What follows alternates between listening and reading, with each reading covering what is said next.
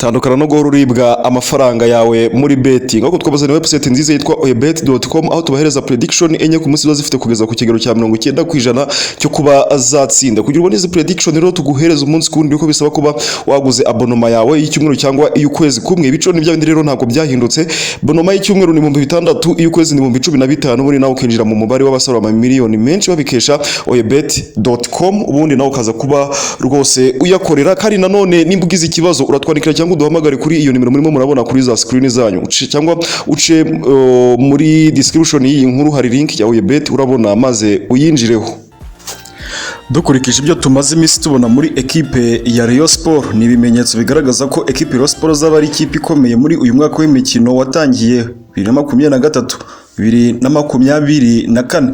Ekipe ya Rayon Sport kuva shampiyona y'u Rwanda yatangira hamaze gukinwa journée imwe ndetse ni ya kabiri irimo kugenda ikinwa. Journée ya mbere yitwaye neza itsinda ekipe ya Gasogi United ibitego 3 byose kuri kimwe. Nanone kandi kuri uyu munsi wo ku cyumweru journée ya kabiri ekipe ya Rayon Sport iraza kuyikina na ekipe ya Gora Football Club. Iraza kuba yakiwe na Gora Football Club kuri stade yitiriwe Umunyabigwi Donacimento Mbere kuri Kigali Pere Stadium yahoze ari regional Nyamirambo. Kwivuge ngo ni KPS.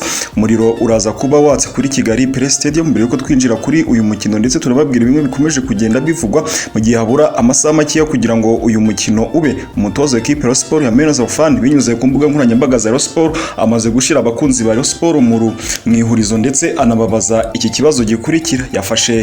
Bafashe uko ikibuga kiba gipanze, ubundi baterekaho jezi z'abakinnyi ntibashiraho amazina yabo, ngo munaza kugenda mushiraho amazina yabo. Ni byinshi bikomeje kugenda bivugwa. Uyu mutoza ya Mbere fan ashize mu bakunzi b'iyi ekipe mu rujijo, ndetse anabahereza ihurizo rikomeye ababaza ikibazo. Ndaje kuba mbibavira muzingo mbabwire ngo bimeze bite muri ekipe ya Sport. Ariko Rayon Sport ikomeje kugenda igaragaza ko ari ekipe iremereye kandi yizina hano mu gihugu cy'u Rwanda, nubwo atari ikipe yajya ku rugero rwo guhangana na APR Football Club mu buryo bw'ubushobozi. Ariko Rayon Sport tugomba kwibuka ko ibyo yakora byose igendera ku bafana, ndetse ubushobozi bwayo bwose nka 40% ibukura mu bafana, naho 60% nyine bikava mu baterankunga nk'ibisanzwe.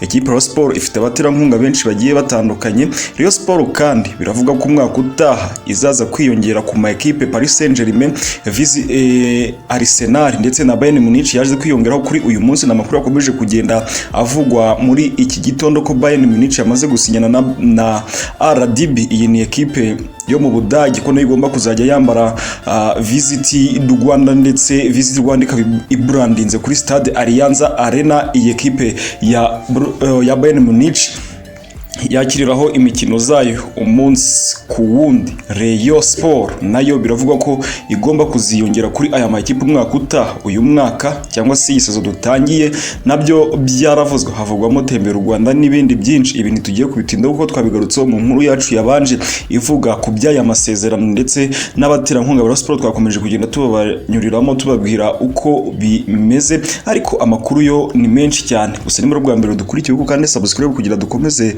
tubane umunsi ku wundi kugira ngo turusheho kugenda rwose tubana kandi tumeze nk'abavandimwe bahisemo neza, bahisemo kubana natwe. Reka nongere kubwire ngo Rayon Sport harimo amakuru menshi agiye atandukanye mbere y'uyu mukino. Rero mbere y'uyu mukino amagambo yaravuzwe, na n'izi saha amagambo akomeje kuvugwa. Ni umukino watangiye gushyuha guturuka mbere kugeza magingo, ariko ku isaha 9 amagambo araza kuba yasize ivuga.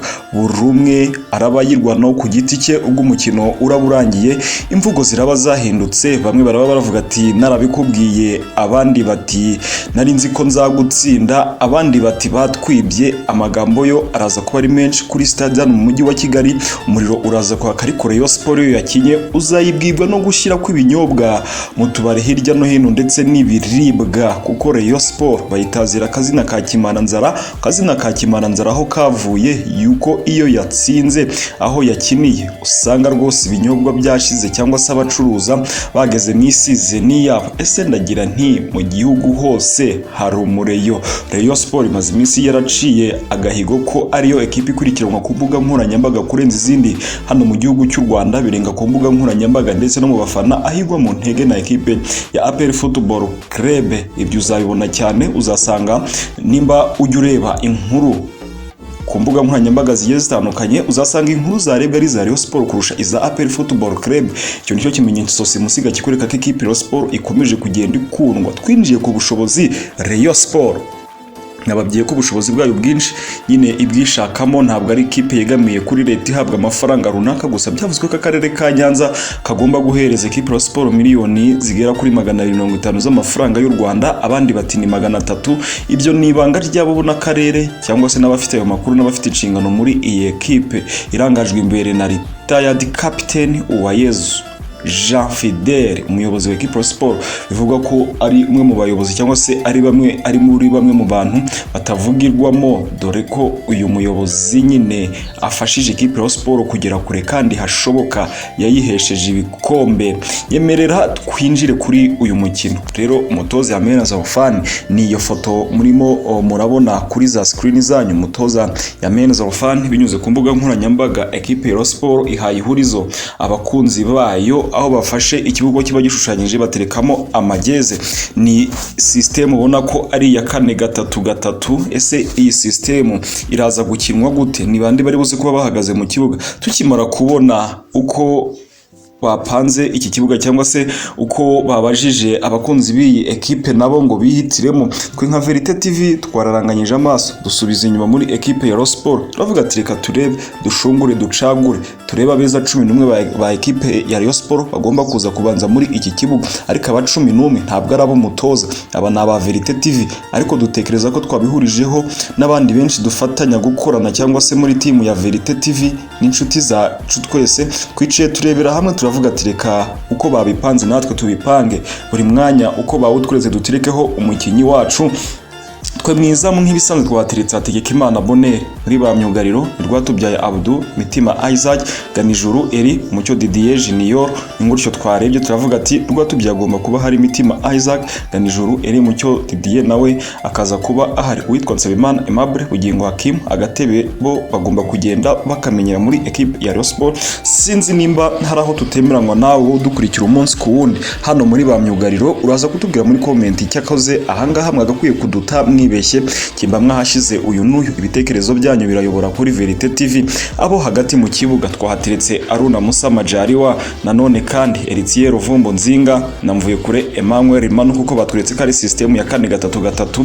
natwe twabigenje gutyo mu kibuga hagati tukamo Aruna Musa Majaliwa, Eritier Ruvumbo Nzinga ndetse na Mvuyekure Emmanuel Manu.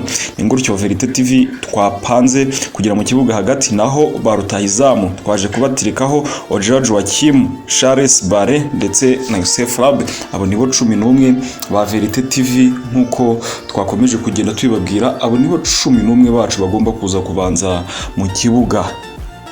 Mukomeze mugira amahoro y'Imana. Verite TV mwakomezaga kubana, ndabashimiye.